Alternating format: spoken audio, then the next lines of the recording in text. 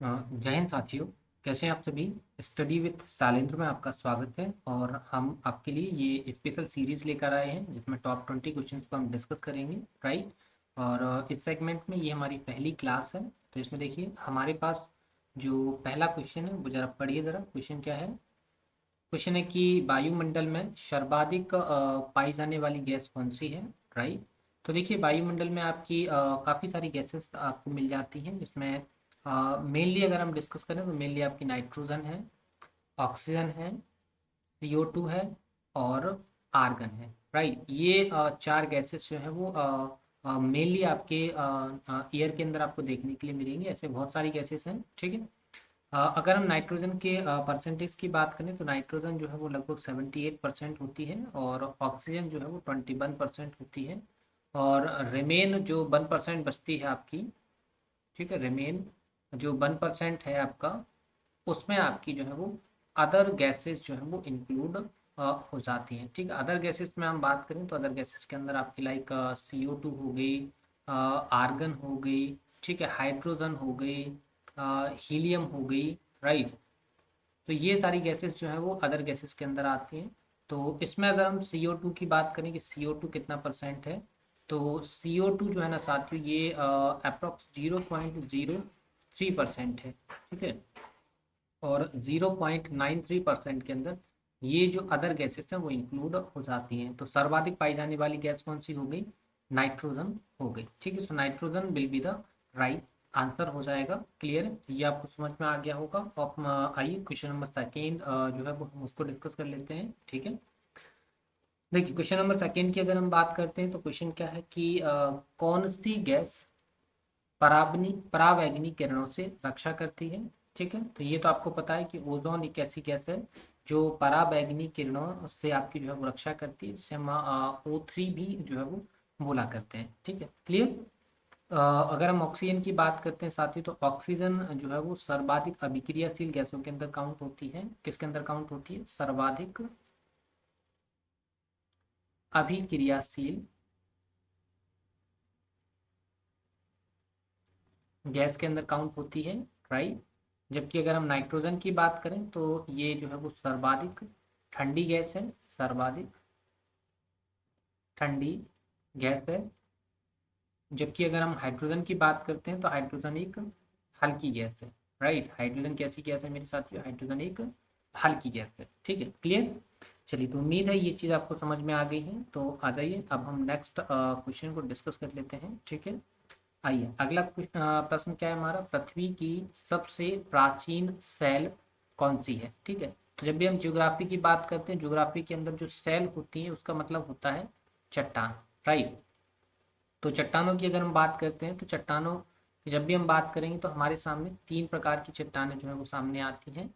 एक चट्टान होती है हमारी आग्नेय, एंड सेकेंड जो हमारी चट्टान होती है वो होती है हमारी अवसादी, एंड जो थर्ड हमारी चट्टान होती है वो होती है हमारी कायांतरित। राइट। ये तीन प्रकार की चट्टानें हमारे सामने आती हैं। ठीक है। क्लियर। तो इसमें अगर हम आग्नेय चट्टानों की बात करते हैं साथियों, तो आग्नेय चट्टानों के बारे में कुछ पॉइंट्स आप याद रखेंगे। तो आग्नेय चट्टानें जो है वो प्राथमिक सेल हैं। ठीक है। आग्नेय चट्टानों को क्या बोला जाता है, प्राथमिक चट्टान या प्राथमिक सेल आप बोल सकते हैं। इसके अलावा सबसे प्राचीन जो है सेलें होती हैं, कौन सी होती हैं, सर्वाधिक प्राचीन सेल जो है वो होती हैं। राइट। इसके अलावा थर्ड नंबर पे हम बात करें तो जो आग्नेय सेलें होती हैं वो जीवाश्म रहित होती हैं। इसमें जीवाश्म नहीं पाया जाता है। इतनी हम बोल सकते हैं पेट्रोलियम जो पदार्थ होता है वो नहीं मिलेगा। ठीक है। इसके अलावा जैसे अगर हम इसके एग्जांपल्स की बात करें, इसके एग्जांपल्स क्या क्या हैं, तो इसके एग्जांपल्स में जैसे कि आपका हो गया ग्रेनाइट, इसके अलावा नीस, इसके अलावा आपने देखा होगा संगमरमर। ठीक है। इसके अलावा आपने देखा होगा सिस्ट।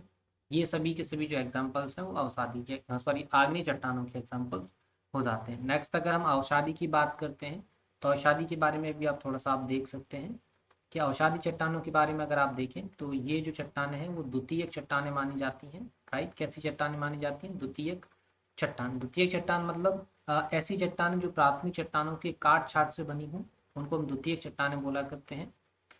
सेकेंड पॉइंट जो है वो याद रखना वो कि ये है परतदार चट्टाने होते हैं, ये परतदार चट्टाने हैं ये। इसके अलावा थर्ड पॉइंट आप याद रखेंगे कि ये जो है वो इनमें जीवाश्म पाया जाता है, राइट, जीवाश्म पाया जाता है। जीवाश्म से मतलब फिर से अगेन हम बताएंगे पेट्रोलियम यहाँ मिल जाता है, ठीक है, क्लियर। एग्जाम्पल के तौर पर अगर हम देखना चाहें तो एग्जाम्पल में आपका हो जाएगा कोयला, ग्रेफाइट, ठीक है। ये अवसादी चट्टानों के एग्जाम्पल्स हैं। तो यहाँ पर सबसे पूछा आपसे पूछा गया है प्राचीन सेल कौन सी हैं, तो आग्नेय सेलें जो होती हैं, आग्नेय चट्टान जो होती हैं वो प्राचीन सेलों के अंदर काउंट हो जाती है, ठीक है। तो उम्मीद है ये सारी चीज़ें आपको समझ में आ गई हैं और अपने नोटबुक के अंदर नोट भी कर लिए, ठीक है। तो फिर हम नेक्स्ट क्वेश्चन को देख लेते हैं। अगला क्वेश्चन देखिए, अगला क्वेश्चन क्या है हमारा, अगला प्रश्न है कि पृथ्वी के सबसे निकट ग्रह कौन सा है, राइट। तो देखिए पृथ्वी के सबसे निकट ग्रह की बात करें अगर हम, ठीक है, तो पृथ्वी के सबसे निकट ग्रह जो है वो है आपका शुक्र, राइट, शुक्र है। इस कारण शुक्र को जो है साथियों हम पृथ्वी की बहन भी बोला करते हैं, ठीक है, पृथ्वी की बहन भी बोला करते हैं, राइट। और इन दोनों के बीच की जो डिस्टेंस है वो कितनी हो जाएगी, डिस्टेंस है 41 मिलियन किलोमीटर, राइट। ये जो है वो डिस्टेंस है किसकी, पृथ्वी और शुक्र ग्रह के बीच की, ठीक है। सो ऑप्शन नंबर थर्ड यहाँ पर राइट आंसर हो जाएगा। इसके अलावा बुध की बात करें तो बुध जो है वो सूर्य के सबसे नजदीक है, सूर्य के सबसे नजदीक है, राइट। तो ये जो है चीज आप याद रखेंगे, ठीक है। चलिए तो नेक्स्ट क्वेश्चन को हम डिस्कस कर लेते हैं। अगला क्वेश्चन देखिए, अगला क्वेश्चन क्या है कि वायुमंडल में ऑक्सीजन गैस कितने प्रतिशत पाई जाती है। तो ये हम आपको बता चुके हैं कि वायुमंडल में आपकी गैसेस में ऑक्सीजन कितनी मिलती है, नाइट्रोजन कितनी मिलती है। फिर भी अगेन बता देते हैं, ऑक्सीजन, नाइट्रोजन और CO2, ठीक है। ऑक्सीजन की बात करें, नाइट्रोजन की बात करें तो लगभग 78% होती है, ऑक्सीजन की बात करें तो लगभग 21% होती है, और CO2 की बात करें तो 0.03% होती है, ठीक है, क्लियर। नाइट्रोजन आपको पता है ठंडी गैस है, और ऑक्सीजन की अगर हम बात करते हैं तो ये अभिक्रियाशील गैस है, अभिक्रियाशील गैस है, राइट। और इसके अलावा अगर हम CO2 की बात करें तो ये गर्म गैस है। कैसी गैस है, गर्म गैस है। इसके अलावा ये जो है वो एक भारी गैस भी है। कैसी गैस है, भारी गैस जो है, ठीक है, क्लियर। यहाँ क्या पूछा है, ऑक्सीजन परसेंटेज, ऑक्सीजन गैस का परसेंटेज पूछा है, तो 21% इसका जो है वो राइट आंसर हो जाएगा, क्लियर। यहाँ पर क्वेश्चन नंबर 5 आपको समझ में आ गया है। आइए अब हम नेक्स्ट क्वेश्चन को डिस्कस कर लेते हैं। अगला क्वेश्चन देखिएगा जरा, अगला प्रश्न क्या है कि प्रदूषण का कारक नहीं हो सकता। तो देखिए यहाँ पर जनसंख्या विस्फोट बिल्कुल प्रदूषण का कारक है, औद्योगिकीकरण बिल्कुल, इससे तो आपको पता है कि वायु प्रदूषण भी फैलता है, जल प्रदूषण भी फैलता है, भूमि प्रदूषण भी फैलता है। नगरीकरण बढ़ेगा तो जाहिर सी बात है पॉल्यूशन में इंक्रीजमेंट होगा। लेकिन साक्षरता एक मापक नहीं है प्रदूषण का, साक्षरता से प्रदूषण का कोई लेना देना नहीं है। तो यहाँ पर ऑप्शन नंबर 4 इसका करेक्ट आंसर हो जाएगा, ठीक है, क्लियर। चलिए अगला क्वेश्चन देख लीजिए जरा। अगला क्वेश्चन क्या है कि नीला ग्रह किसे कहा जाता है, राइट। नीला ग्रह किसे कहा जाता है, तो देखिए साथियों नीला ग्रह कहा जाता है पृथ्वी को, राइट। नीला ग्रह किसको कहा जाता है, पृथ्वी को कहा जाता है। जबकि मंगल की बात करें तो मंगल को लाल ग्रह बोला जाता है, राइट। क्या बोला जाता है, लाल ग्रह। शनि को हम जो है वो काला ग्रह भी बोलते हैं। इसके अलावा इसको जो है छलनों वाला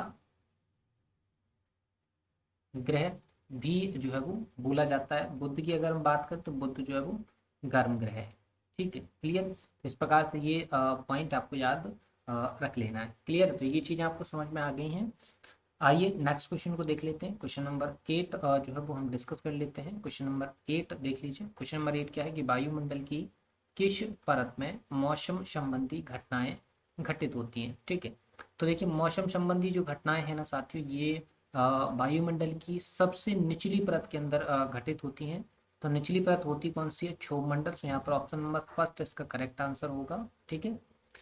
क्षोभ मंडल के बारे में एक चीज आप याद रखेंगे, क्षोभ मंडल जो है वो निचली परत है, वायुमंडल की निचली परत है। इसके अलावा अगर हम इसकी हाइट की बात करें तो इसकी हाइट कितनी है, तो इसकी हाइट जो है वो 8 से 18 किलोमीटर जो है वो मानी जाती है। राइट, कितनी मानी जाती है, 8 से 18 किलोमीटर मानी जाती है। जबकि समताप मंडल की अगर हम बात करें तो समताप मंडल जो है वो हवाई जहाज उड़ाने के लिए आदर्श है। ठीक है, क्लियर। चलिए तो अगला देख लीजिए जरा, नेक्स्ट क्वेश्चन नंबर 9 देख लीजिए। क्वेश्चन नंबर 9 क्या है कि भारत द्वारा प्रक्षेपित प्रथम उपग्रह कौन सा है। ठीक है, तो देखिए भारत सरकार द्वारा या भारत द्वारा प्रक्षेपित प्रथम उपग्रह जो है वो आर्यभट्ट है। अगर हम इसकी डेट की बात करें तो इसकी डेट है 19 अप्रैल 1975।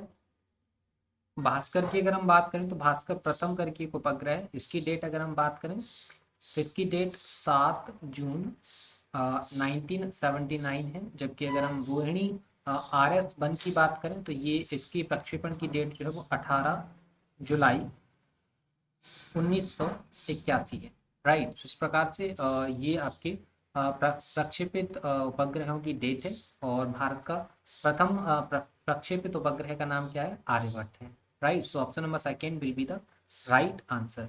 ठीक है, चलिए नेक्स्ट क्वेश्चन देखिए जरा। अगला प्रश्न क्या है, अगला प्रश्न है कि मीनाक्षी मंदिर कहाँ स्थित है। तो मीनाक्षी मंदिर जो है वो मदुरई के अंदर स्थित है। और मदुरई को जो है वो त्योहारों का नगर कहा जाता है। क्या कहा जाता है, त्योहारों का नगर जो है वो कहा जाता है। तो ये आप बात याद रखेंगे। ठीक है, क्लियर है साथियों। चलिए तो क्वेश्चन नंबर 11 पे आ जाते हैं। नेक्स्ट क्वेश्चन देखिए, नेक्स्ट क्वेश्चन क्या है कि एस्किमो अपने घर अर्थात इग्लू को बर्फ से बनाता है, इसका क्या कारण है। राइट, तो देखिए बर्फ जो होती है ना, बर्फ जब अपन बर्फ का मकान बनाते हैं तो बर्फ जो है वो अंदर की गर्मी को अंदर रखती है और बाहर की सर्दी को बाहर, मतलब बाहर की जो हवा है उसको अंदर नहीं आने देती है, जिस कारण अंदर जो है वो गर्मी बनी रहती है। तो ऑप्शन नंबर थर्ड यहाँ पर है, इसका राइट आंसर हो जाएगा क्या, बर्फ की दीवारों के बीच की हवा अंदर की गर्मी को बाहर निकलने से रोकती है। So option number third will be the right answer. ठीक है, क्लियर साथियों। यहाँ पर एक वर्ड आया है एक्सकीमो। तो एक्सकीमो आपको याद रखना है, एक्सकीमो एक जनजाति है। क्या है, एक जनजाति है। ये जनजाति है कहाँ की, ये जनजाति है ग्रीनलैंड की। राइट, कहाँ की जनजाति है, ये जनजाति ग्रीनलैंड की है।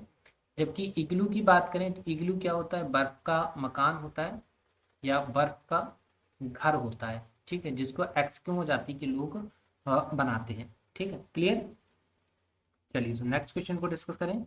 अगला क्वेश्चन देखिए, अगला प्रश्न है कि अजंता की गुफाएं कहाँ स्थित हैं। राइट, तो अजंता की जो गुफाएं हैं साथियों, ये औरंगाबाद जो कि महाराष्ट्र के अंदर आता है।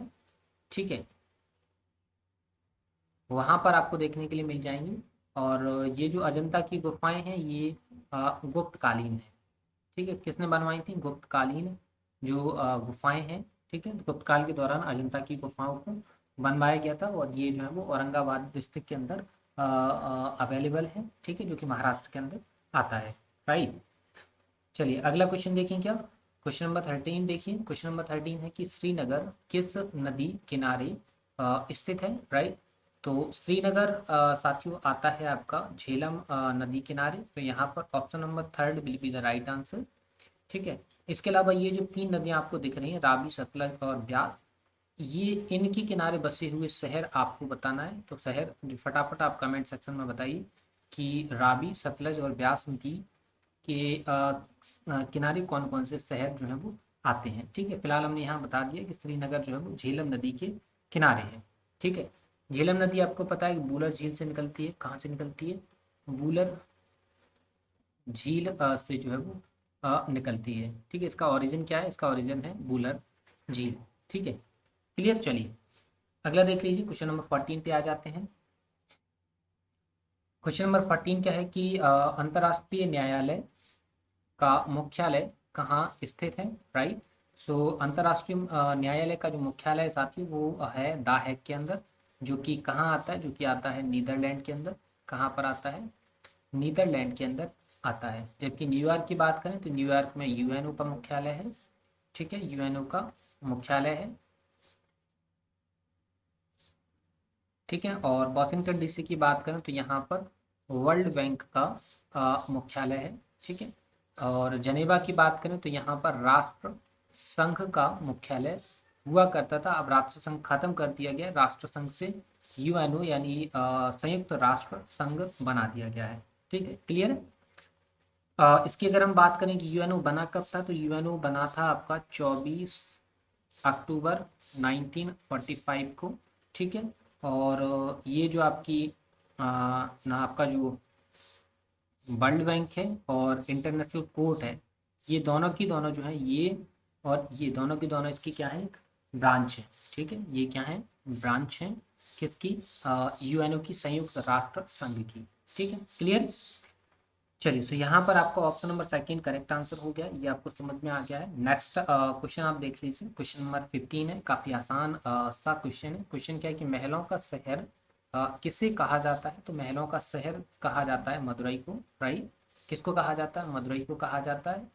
सॉरी, जस्ट 1 मिनट, गलत हो गया। महलों का शहर जो है साथियों वो कहा जाता है कोलकाता को। किसको कहा जाता है, महलों का शहर कहा जाता है कोलकाता को।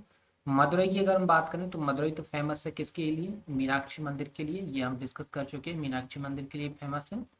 इसके अलावा इसको जो है वो त्योहारों का नगर भी कहा जाता है। किस क्या कहा जाता है, त्योहारों का नगर भी जो है वो इसको कहा जाता है, राइट। क्वेश्चन नंबर 16 देख लीजिए, तलवंडी का संबंध है, तो देखिए तलवंडी का संबंध किस गुरु के साथ है, तो देखिए तलवंडी जो है गुरु नानक साहब का जो है वो जन्म स्थल है। यहाँ पर गुरु नानक साहब का जन्म हुआ था, क्योंकि तलवंडी अभी आपको पता है पाकिस्तान के अंदर पहुंच गया, भारत में नहीं है। ठीक है, तो यहाँ पर ऑप्शन नंबर 4 इसका जो है वो करेक्ट आंसर हो जाएगा। ठीक है, क्लियर।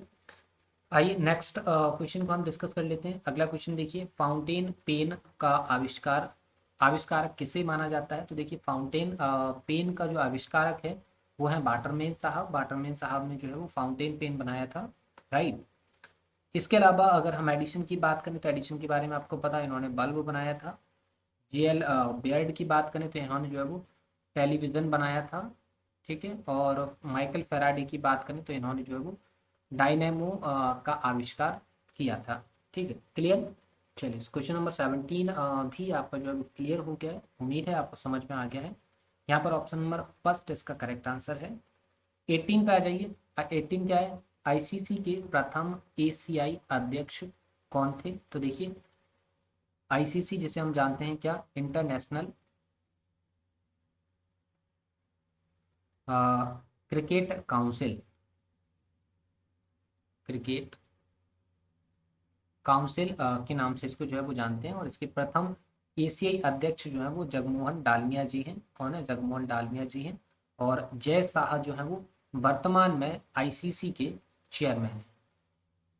ठीक है, आईसीसी के कौन है, ये अध्यक्ष है या चेयरमैन है। ठीक है, जय शाह, राइट, ये वर्तमान में है। अनुराग ठाकुर की बात करें तो अनुराग ठाकुर के बारे में तो आपको मालूम होगा कि अनुराग ठाकुर जो है वो प्रेजेंट में स्पोर्ट मिनिस्टर हैं ऑफ इंडिया, राइट, ये आपको पता होगा। और ये जो है वो हॉकी के हैं, किसके हैं, हॉकी के हैं। ठीक है, क्लियर, तो ये आपको समझ में आ गया होगा, राइट। चलिए, तो क्वेश्चन नंबर 18 आपको समझ में आ गया है, इसका ऑप्शन नंबर फर्स्ट इसका करेक्ट आंसर है। 19 पर हम आ जाते हैं। क्वेश्चन नंबर 19 क्या है कि अर्जुन पुरस्कार कब प्रारंभ किया गया था, राइट। सो अर्जुन पुरस्कार जो है साथियों ये 1961 के अंदर इसको स्टार्ट किया गया था। और 1961 में जब स्टार्ट किया गया था तो इसको अभी तक आप 1961 से लेकर अगर हम 2022 तक बात करें तो अभी तक टोटल जो प्राप्त करता है अर्जुन अवार्ड को, जो प्राप्त करने वाले लोग हैं वो टोटल हैं 700। ठीक है, 700 जो अवार्ड जो है वो अभी तक बांटे जा चुके हैं। इसके अलावा यहाँ पर अगर हम पुरस्कार राशि की बात करें, किसकी बात करें, पुरस्कार राशि कितनी है, तो पुरस्कार राशि यहाँ पर 5 लाख रुपीज जो है वो दी जाती है। इसके अलावा फर्स्ट अर्जुन अवार्ड विनर की अगर हम बात करते हैं तो फर्स्ट अर्जुन अवार्ड विनर जो है वो है सलीम दुरानी, सलीम दुरानी, और इनका अगर हम रिलेशन देखें तो इनका रिलेशन किस खेल के साथ है वो आप बताइए ज़रा। तो इनका जो रिलेशन है साथियों वो है क्रिकेट के साथ। किसके साथ इनका रिलेशन क्रिकेट के साथ है। तो 1961 will be the right answer. ठीक है, क्लियर साथियों। तो क्वेश्चन नंबर 19 आपको समझ में आ गया है। लास्ट क्वेश्चन हमारा क्वेश्चन नंबर 20 है। सूर्य की किरणें पृथ्वी पर कब पहुंचते हैं या कितना टाइम इनको पहुंचने में लगता है। तो 8.5 मिनट के समथिंग या 8 मिनट के समथिंग अप्रोक्स। कई जगह अप्रोक्स जो है 8 मिनट रहता है और कहीं कहीं जो है वो कितना रहता है 8.5 मिनट रहता है। ठीक है, तो कहीं 8 मिनट रहेगा, कहीं 8.5 मिनट के आसपास इसका टाइम जो है वो रहता है। ठीक है, क्लियर। तो उम्मीद है ये चीज़ें आपको समझ में आ गई हैं। तो क्वेश्चन नंबर 20 तक हमने जो क्वेश्चन है उनको डिस्कस कर लिया है। और इसकी अगर आपको पीडीएफ चाहिए तो आप हमारा टेलीग्राम चैनल ज्वाइन कर सकते हैं, लिंक वीडियो के डिस्क्रिप्शन में दी गई है। क्लियर है। और उम्मीद है आपको वीडियो पसंद आया होगा। वीडियो पसंद आए तो वीडियो को लाइक से ज़रूर करिए और चैनल को सब्सक्राइब कर लेना है ताकि आपको ऐसे इंटरेस्टिंग वीडियो लगातार मिलते रहें। ठीक है, तो फिर मिलते हैं आपसे नेक्स्ट वीडियो में। तब तक के लिए धन्यवाद।